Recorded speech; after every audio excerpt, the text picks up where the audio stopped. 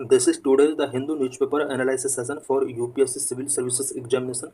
Today we will discuss mainly three issues. The first issue is water management in India needs a new course, and the second issue is related to Chenab Bridge, and the third issue is Elon Musk Starlink get a license to start services in India. So let's discuss all the issues in detail. This issue is related to sustainable water management. In this article, we will discuss what are India's initiatives related to water resource management.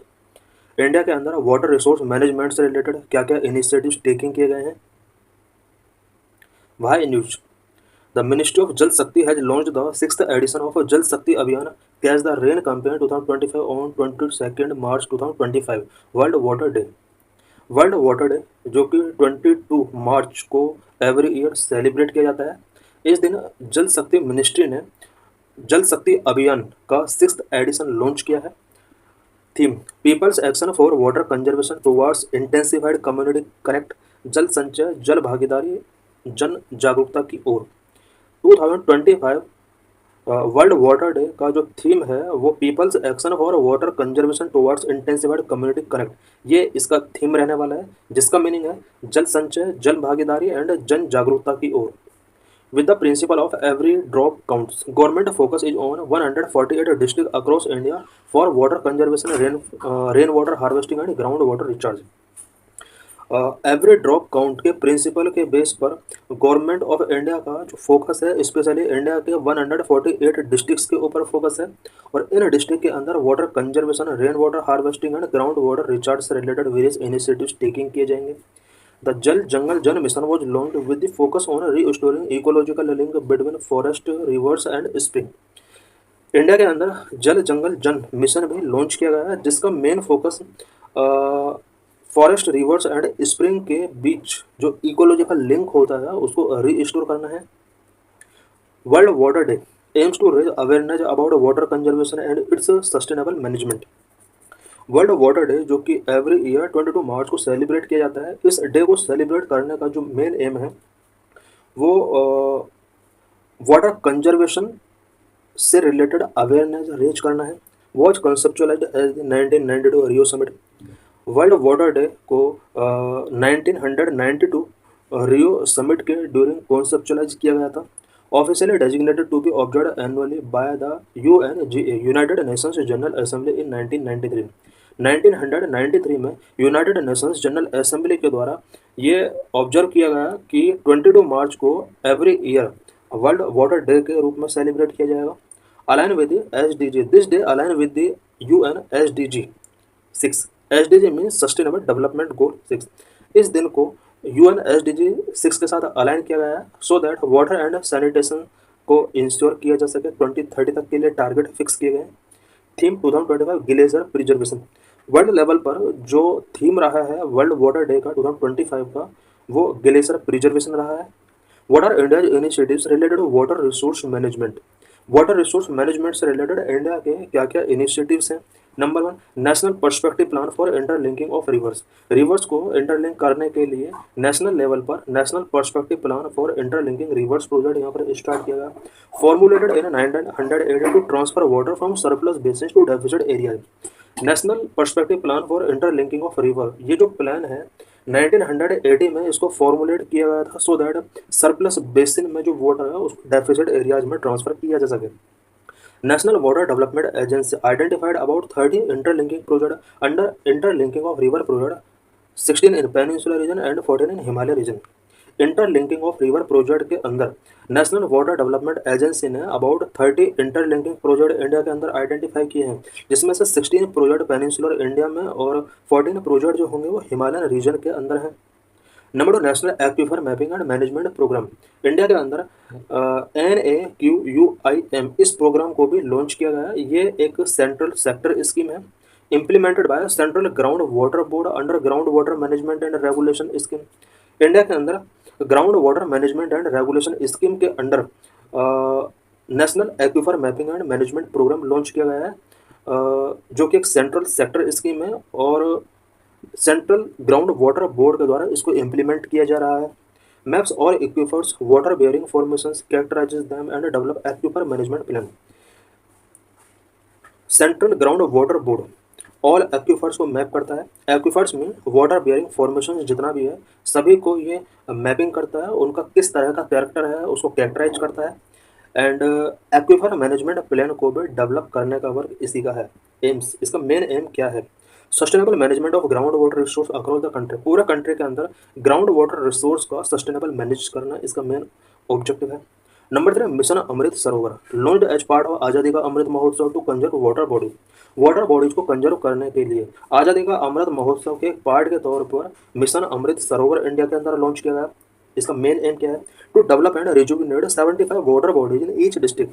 India के each district में 75 water bodies को rejuvenate करना mission Amrit Sarovar का एक main target है। Number 4, Jal Jeevan mission, aim provide portable tap water to every rural household by 2024। Jal Jeevan mission एक India level का mission है। इसका जो मेन टारगेट था वो 2025 तक एवरी हाउस होल्ड को पोर्टेबल टेप वाटर प्रोवाइड करना है। Focus on tap water supply in water scarce and drought prone areas. Jal Jeevan mission का जो मेन ऑब्जेक्टिव है वो water scarce and drought prone areas के अंदर टेप वाटर सप्लाई पर फोकस करना है। Number 5, Jal Shakti Abhiyan, launch in water stressed district for water conservation and management. Jal Shakti अभियान जो लॉन्च किया गया है इंडिया के अंदर वाटर डिस्ट्रेस्ड डिस्ट्रिक्ट्स के अंदर स्पेशली इसको लॉन्च किया गया है सो दैट उन एरियाज में वाटर कंजर्वेशन एंड मैनेजमेंट को बूस्ट किया जा सके। Catch the rain campaign, launch to cover all district rural and urban areas. Catch the rain ये भी एक कैंपेन है। इस कैंपेन को इंडिया का all district rural and urban areas को कवर करने के लिए ये कैंपेन लॉन्च किया गया। जल शक्ति अभियान का मेन एम क्या है? To capture rain water where and when it falls. Rain water जहां भी फॉल हो रहा है उसको कैच करना जल शक्ति अभियान का मेन ऑब्जेक्टिव है। Number 6, central water commission promotes studies for irrigation project. Central water commission irrigation project के लिए स्टडीज को प्रमोट करता है। फोकस एरियाज इसके क्या क्या है? Improving water use efficiency and conservation practices. Central water commission का जो फोकस एरिया है वो वाटर यूज एफिशिएंसी को इम्प्रूव करना है, कंजर्वेशन प्रैक्टिसेस को इम्प्रूव करना है, इसके मेन फोकस एरियाज में से है। Number 7, Atal Bhujal Yojana, central sector scheme in water stressed areas in 8774 gram panchayat of 81 district of 7 state namely Haryana, Gujarat, Karnataka, MP, Maharashtra, Rajasthan and UP. Atal Bhujal Yojana India के मेनली 7 स्टेट्स जो कि वाटर स्ट्रेस्ड रीजन्स हैं जिनके अंदर बहुत ज़्यादा 7 स्टेट के अबाउट 81 डिस्ट्रिक्ट्स के अंदर आने वाली 8774 ग्राम पंचायत में अटल भूजल योजना को लॉन्च किया गया जो कि एक सेंट्रल सेक्टर स्कीम है। ये जो स्कीम है इंडिया के ओनली 7 स्टेट्स के अंदर लॉन्च की गई है, Haryana, Gujarat, Karnataka, MP, Maharashtra, Rajasthan and UP. Emphasize community participation, Atal Bhujal Yojana के अंदर कम्युनिटी पार्टिसिपेशन को एम्फेसाइज किया गया है। नंबर 8, प्रधानमंत्री कृषि सिंचाई योजना, हर खेत को पानी, ग्राउंड वाटर, ऑपरेशनल सिंस 2015-16। प्रधानमंत्री कृषि सिंचाई योजना 2015-16 से ऑपरेशनलाइज है। Aim, enhance water conservation at the farm level पर वाटर कंजर्वेशन को ये स्कीम एनहांस करना चाहती है। Enhance farm water access and promote efficient irrigation, farm तक वाटर को एक्सेस करना एंड एफिशिएंट इरिगेशन को प्रमोट करना भी इस स्कीम का मेन एम है। Involve on farm water use efficiency, sustainable conservation practices and more. Sustainable conservation practices को एंड वाटर यूज एफिशिएंसी को ये बूस्ट करना चाहती है। पर drop more crop, department of agriculture and farmer welfare is implementing the पर drop more crop initiative of PMKSY। प्रधानमंत्री कृषि सिंचाई योजना के अंडर पर drop more crop initiative implement किया गया है और इस इनिशिएटिव को इम्प्लीमेंट करने की जो रिस्पॉन्सिबिलिटी दी गई है department of agriculture and farmers welfare के पास है। It focuses on water use efficiency at the farm level through micro irrigation, drip and sprinkler irrigation system. Per drop more crop ये जो इनिशिएटिव है PMKSY का, ये water use efficiency at the farm level पर focus करता है। Specially micro irrigation के through ये वाटर इरिगेशन पर फोकस करता है। माइक्रो इरिगेशन के अंदर drip and sprinkler irrigation system involve होते हैं। What is significance of Chenab bridge which is world's highest railway bridge in India? Why news, Indian prime minister have inaugurated the Chenab railway bridge marking the completion of the Udhampur Srinagar Baramulla rail link project. Indian prime minister ने Chenab railway bridge को इनऑगरेट किया है जो कि Udhampur Srinagar Baramulla rail link project को complete करता है। It is now officially the tallest railway bridge in world, symbolising strategic connectivity and engineering excellence. Chenab railway bridge officially world का टॉलेस्ट रेलवे ब्रिज है, जो कि strategic connectivity and engineer excellence को show कर रहा है। About Chenab railway bridge, India steel arc railway bridge built over the Chenab river in Jammu and Kashmir. Chenab railway bridge steel arc railway bridge है, जो कि जम्मू एंड कश्मीर में चेनाब रिवर पर बिल्ट किया गया है। Recognised as the tallest railway bridge globally, height is 359 metre, 35 metre taller than the Eiffel tower. Tallest world का tallest railway bridge के तौर पर इसको रिकॉग्नाइज किया गया, जिसकी हाइट 359 मीटर है और एफिल टावर से 35 मीटर इसकी हाइट है, 35 मीटर मोर हाइट है एफिल टावर के कंपेयर में। Location situated between Bakkal and Pauri villages in Raisen district Jammu and Kashmir. Chenab railway bridge Jammu and Kashmir के रायसेन डिस्ट्रिक्ट में बक्कल एंड कौरी विलेजेस के बिटवीन है। Connect Katra to Sangaldan, enabling rail access to Srinagar. Chenab railway bridge Katra को संगलडन के साथ कनेक्ट करता है और श्रीनगर तक कहीं ना कहीं रेलवे को कनेक्ट करता है। हु बिल्ट इट, इस ब्रिज को किसके द्वारा बिल्ट किया गया? Executed by Konkan railway corporation, Konkan railway corporation के द्वारा इसको एग्जीक्यूट किया गया। कंस्ट्रक्टेड बाय अ जेवी of Afcons infrastructure VSL India and ultra construction south Korea.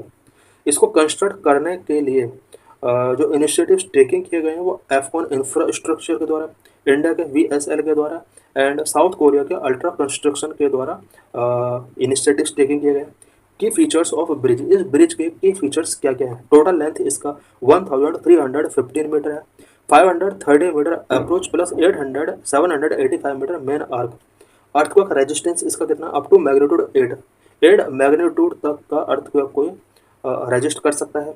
Wind resistance up to 266 kilometre, अगर विंड 266 किलोमीटर पर आवर के हिसाब से रनिंग करें तो उसको रजिस्ट कर सकता है। Temperature tolerance up to -20 degree Celsius, -20 degree Celsius अगर टेम्परेचर है उसको भी टॉलरेट कर सकता है। Blast proof, design to resist explosions equivalent to 40 ton of TNT, 40 ton of TNT explosive को भी ये रजिस्ट कर सकता है। लाइफ स्पेन इसका कितना है? 120 years and train can run up to 100 kilometre per hour. इसका लाइफ स्पेन 120 ईयर्स तक का है और ट्रेन इस रेलवे ब्रिज के थ्रू 100 किलोमीटर पर आवर के हिसाब से रन कर सकती है। सिग्निफिकेंस ऑफ दिस ब्रिज, इस ब्रिज का सिग्निफिकेंस क्या है? Number 1 strategic importance, strengthen connectivity to the border sensitive region Kashmir, border sensitive region Kashmir तक ये कनेक्टिविटी को स्ट्रेंथन कर सकता है। Number of boost national integration, provides uninterrupted rail access to the Kashmir valley, Kashmir valley तक रेल एक्सेस को अनइंटरप्टेड तरीके से प्रोवाइड करता है। इट मीन्स इंडियन पीपल का कश्मीर वैली तक जो एक्सेस है रेल एक्सेस वो स्ट्रॉन्ग हुआ है। Number 3 engineering skill, engineering skill भी इसके थ्रू शो हो रहा है। Build in most complex terrain and in a high seismic zone with fractured geology, जिस प्लेस पर ये बनाया गया है उसका जियोलॉजी बहुत ज़्यादा फ्रैक्चर्ड है एंड ये हाई सेस्मिक जोन में बनाया गया है, कॉम्प्लेक्स टेरेन के अंदर इसको बिल्ड किया गया है, जो कि इंजीनियरिंग स्किल को शो करता है। Number 2 civil engineering advancement, symbolises India advancement in infrastructure and resilience. ये जो ब्रिज बनाया गया है ये civil engineering advancement of India को शो करता है। Number 1 tourism and economic growth, इसके थ्रू टूरिज्म इंक्रीज हो सकता है, इकोनॉमिक बूस्ट इसके थ्रू मिल सकता है। Promotes tourism, regional development and employment, ये जो ब्रिज है ये टूरिज्म को प्रमोट करेगा, रीजनल डेवलपमेंट एंड एम्प्लॉयमेंट इसके थ्रू बूस्ट होगा। Recently, Elon Musk Starlink get a license to start services in India. In this article, we will discuss about Starlink. By news, Elon Musk Starlink has received a license for providing satellite internet service in India. Recently, Elon Musk Starlink ने India में satellite internet services को provide करने के लिए licence gain कर लिया है। It will be की milestone towards launching commercial operations in country.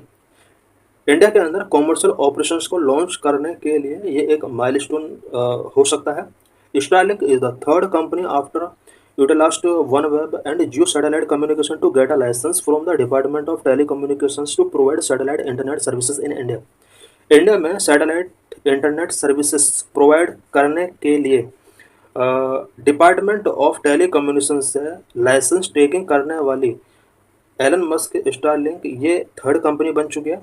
इसके पहले भी कुछ कंपनी जो इंडिया में सैटेलाइट इंटरनेट सर्विसेज प्रोवाइड करते रही हैं, such as Eutelsat, OneWeb and second is Jio satellite communication. अब थर्ड नंबर पर एलन मस्क का स्टारलिंक है, जो कि सैटेलाइट इंटरनेट सर्विसेज इंडिया में प्रोवाइड करने वाली है। अब fourth applicant Amazon Kuiper is still waiting for approval. Amazon Kuiper भी इंडिया में सैटेलाइट इंटरनेट सर्विसेज प्रोवाइड आने वाले कुछ ईयर्स में प्रोवाइड करा सकती है, जो कि फोर्थ एप्लीकेंट होगी। अबाउट स्टारलिंक, स्टारलिंक के बारे में कुछ इंपॉर्टेंट पॉइंट्स हम यहाँ पर डिस्कस करेंगे। Starlink is a low earth orbit satellite constellation comprising over 7,000 satellite that provide internet to users via ground terminals.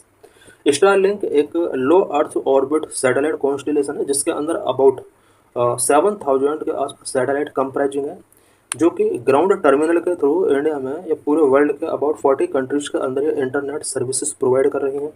Owned by Elon Musk SpaceX and is available in around 40 countries. Elon Musk की एक space x company है, इसके द्वारा इसको own किया गया है and about India के 40 कंट्रीज में ये अभी भी अवेलेबल है। Working of Starlink, satellite continuously orbit the earth covering almost the entire surface. ये जो सैटेलाइट है अर्थ को कंटिन्यूसली ऑर्बिट कर रही है एंड अर्थ के एंटायर सरफेस को ये कवर करती है। Ground terminal connect to satellite which in turn communicate with ground station physically linked to the internet. Ground terminals जो होते हैं वो सैटेलाइट के साथ कनेक्ट होते हैं और उसके बाद ये ग्राउंड स्टेशंस के साथ कम्युनिकेट करते हैं फिजिकली लिंक्ड टू इंटरनेट के साथ फिजिकली लिंक्ड होते हैं। This setup enables wireless internet connectivity in areas where there is a lack of traditional broadband infrastructure। जिन एरियाज के अंदर ट्रेडिशनल ब्रॉडबैंड इंफ्रास्ट्रक्चर का लैक है, उन एरियाज में वायरलेस इंटरनेट कनेक्टिविटी प्रोवाइड कराता है। स्टारलिंक स्पीड एंड लेटेंसी, इसका स्पीड क्या है, इसका लेटेंसी रेट क्या है। Speed of around 100 Mbps that is similar to many home broadband connections. Starlink का जो स्पीड है वो 100 Mbps है, जो कि मैनी होम ब्रॉडबैंड कनेक्शन के सिमिलर है। Latency is higher than wired broadband, which making it less ideal for applications requiring real-time responsiveness। Latency means time for data transmission। Data transmission में taking किया जाने वाला जो टाइम पीरियड होता है वो लेटेंसी होता है। स्टारलिंक का जो लेटेंसी है वो हायर है वायर ब्रॉडबैंड के कंपेयर में। यही वजह है कि ये लेस आइडियल है एप्लीकेंट्स के लिए। स्टारलिंक्स यूज इन इंडिया, इंडिया में स्टारलिंक का किस तरह से यूज किया जाएगा। Starlink is not very useful in cities with strong 5G and wide broadband network offer better speed and reliability. India में इंडिया की जो सिटीज़ हैं वहाँ पर स्टारलिंक वेरी यूजफुल नहीं होने वाला है, बिकॉज सिटीज़ के अंदर पहले से 5G and wide broadband network available है, जिनकी स्पीड स्टारलिंक की स्पीड से काफ़ी बेटर है। It is highly beneficial for rural and remote areas, providing instant connectivity where traditional network are unavailable। Starlink specially rural and remote areas के लिए highly beneficial हो सकता है, उन एरियाज में जहाँ पर इंस्टेंट कनेक्टिविटी अवेलेबल नहीं है और जहाँ पर ट्रेडिशनल नेटवर्क अनअवेलेबल है, उन एरियाज के अंदर स्टारलिंक एक इम्पोर्टेंट कनेक्टिविटी के तौर पर रेज हो सकता है। स्टारलिंक्स पोटेंशियल बेनिफिट, स्टारलिंक के क्या क्या बेनिफिट हो सकते हैं। Number 1, bridging the digital divide. Starlink can provide internet access to rural and remote areas, help to reduce the gap between rural and urban regions। Starlink rural and remote areas में internet access provide कर सकता है और इसके through rural और urban area regions के बीच जो digital gap है उसको रिड्यूस किया जा सकता है। Number 2, connectivity for maritime and offshore operations. Maritime and offshore operations को कनेक्ट करना इजीली हो जाएगा।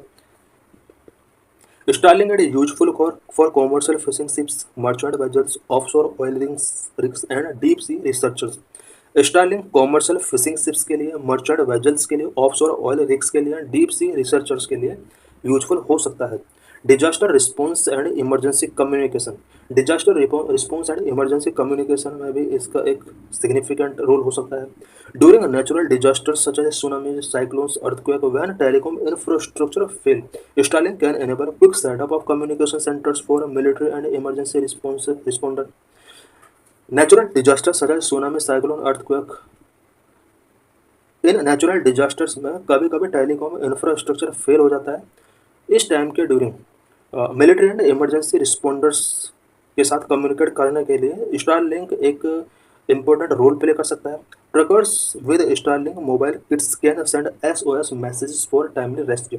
टाइमली रेस्क्यू के लिए स्टारलिंक मोबाइल किट्स के थ्रू एसओएस सेंड किए जा सकते हैं और इसके थ्रू नेचुरल डिजास्टर से लोगों को प्रिवेंट करने के लिए अलर्ट रीच किए जा सकते हैं। How much how much does Starlink cost in India? India के अंदर स्टारलिंक का क्या कॉस्ट होने वाला है? Starlink has two main cost. Starlink में मेनली टू कॉस्ट होते हैं। यूजर टर्मिनल जो कि एक हार्डवेयर होता है, इसका कॉस्ट होता है। मंथली सब्सक्रिप्शन का भी कॉस्ट होता है। User terminal hardware, a router like device will be required to access the satellite network. Satellite network को असेस करने के लिए राउटर लाइक डिवाइस का रिक्वायरमेंट होगा। हार्डवेयर में भी कॉस्ट 17,000 टू 40,000, और ये जो हार्डवेयर होगा इसकी जो कॉस्ट होगी वो 17,000 से 40,000 तक हो सकती है। Monthly subscription pay the cost to stay connected to this service तक कनेक्ट करने के लिए यहाँ पर मंथली सब्सक्रिप्शन भी टेकिंग करना होगा। Monthly plan could range from 4,200 to 8,400 based on Bhutan pricing. Monthly cost इसका 4,200 से 8,400 तक हो सकता है और यह भूटान के प्राइस के बेस पर इवेल्यूएट किया गया है। So thanks for watching this video.